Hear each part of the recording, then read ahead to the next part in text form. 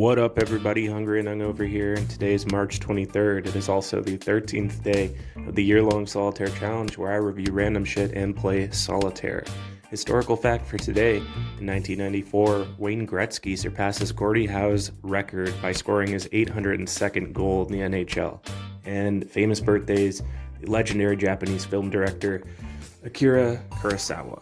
So today I'm going to be reviewing the third episode in the UK series The Inbetweeners. Check out the other two, and let's talk about it. So the episode begins and Simon is taking driving lessons while Will, Jay, and Neil stand around and watch him. More. I'm just not great at parallel parking. Bollocks! This episode's a super unfortunate series of events for Simon, and it all kicks off here at the beginning. Shut up! Sorry, it's me nan. She wants to know if you want some help parking. Steady on, boy. Simon ends up crashing into the back of the car again like a dumbass, and his instructor tells him to just leave the scene. The next day at school, Simon, Jay, and Will sit around and discuss the endless possibilities they'll have if Simon gets his license. A car is like a mobile pulling machine. Forget about Carly. Forget about all the girls at this school. There's a whole world of pussy out there. And for once, even Will agrees with Jay. He's right, although he expressed it like a terrible misogynist. So shortly after that, Neil arrives and he tells the group that he can get them free tickets to Thor Park. It's an amusement park, and this piques Will's interest because he's super obsessed with roller coasters apparently, and they decide to have a road trip. But it all depends on Simon getting his license. Simon passes his test, drives us to Thor Park, Neil gets us freebies, and I get to The ride man's cocking the bushes.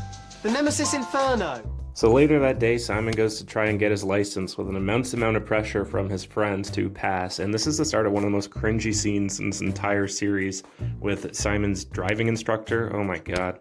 So, Simon, have you got a girlfriend? Is this part of the test? No, but I will fail you if you say yes. I'm not even kidding. Like, I had to cut the scene down. It's so cringy. She pretty much Me Too's Simon.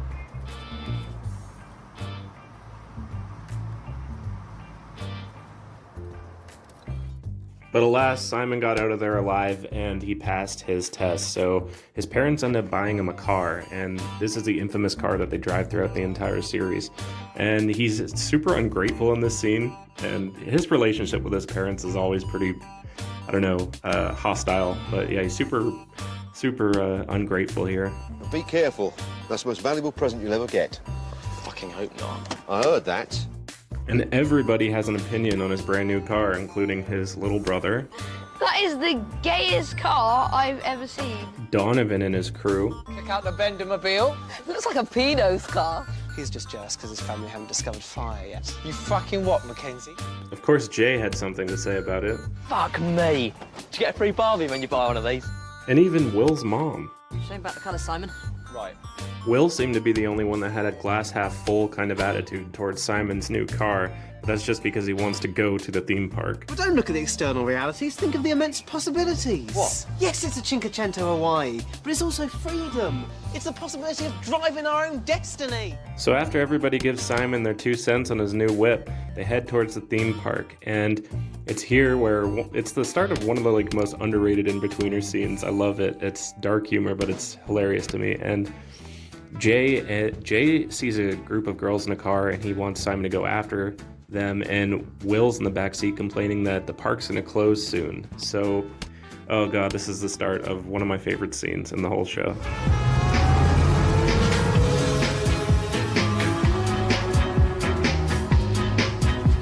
So now Will, Jay, and Simon are trapped in a funeral procession, and it's going super slow, and Jay's frustrated because the car full of girls got away.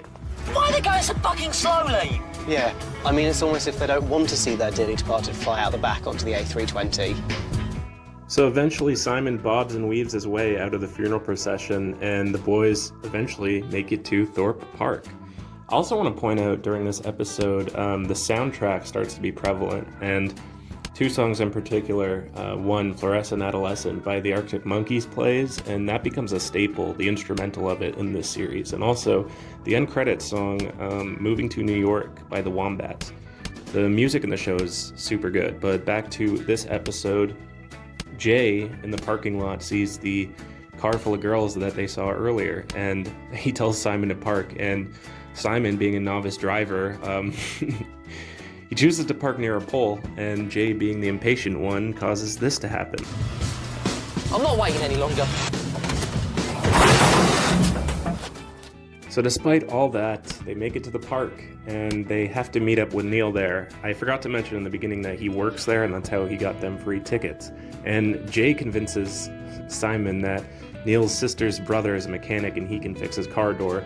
So Simon is stuck carrying around the door the entire time, and they're on their way to go ride Will's roller coaster because the park's about to close soon. I've just seen the clunge head towards Nemesis.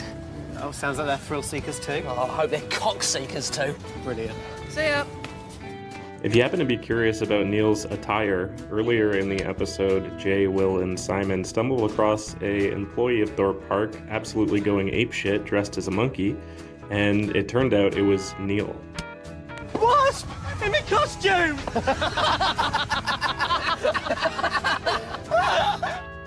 So Neil and the boys end up heading back to the employee locker room, and it's there where Neil finds that his coworkers hid his clothes, so he ended up stealing that Speedo and the tank top out of like the lost property bin.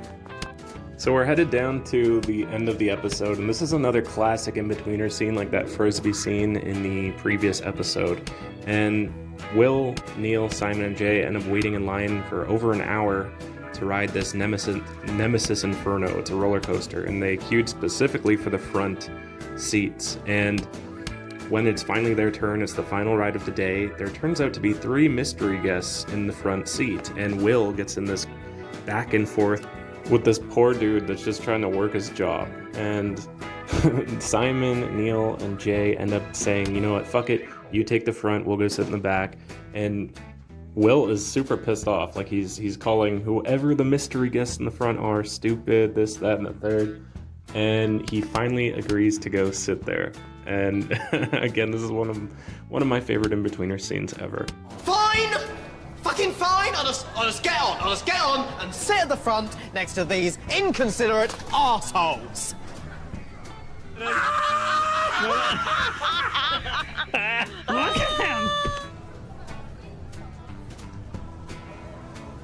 I'm the worst human being in the world. So the ride begins, and it shows several scenes where Will looks absolutely miserable. Meanwhile, Simon, Jay, and Neil are having the time of their lives. And after that, they head back to the parking lot, and in usual In-Betweeners fashion, if you think the day couldn't get any worse, it usually does. And I told you at the beginning, this day is pretty bad for Simon in particular, and he has to deal with this.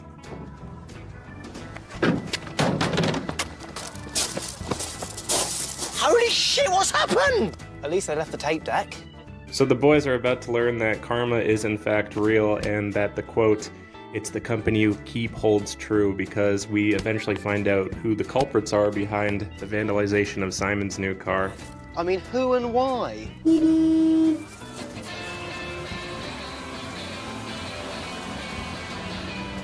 So that's pretty much the end of the 3rd episode, and this is another one of those classic episodes of the In-Betweeners. The first season has a bunch, and I love this episode. It was great from start to finish. The thing about the In-Betweeners is the pacing is just so perfect, but I just won the Solitaire game. Pretty sure my record's 11-2, and tomorrow will be episode 4, so subscribe. Peace.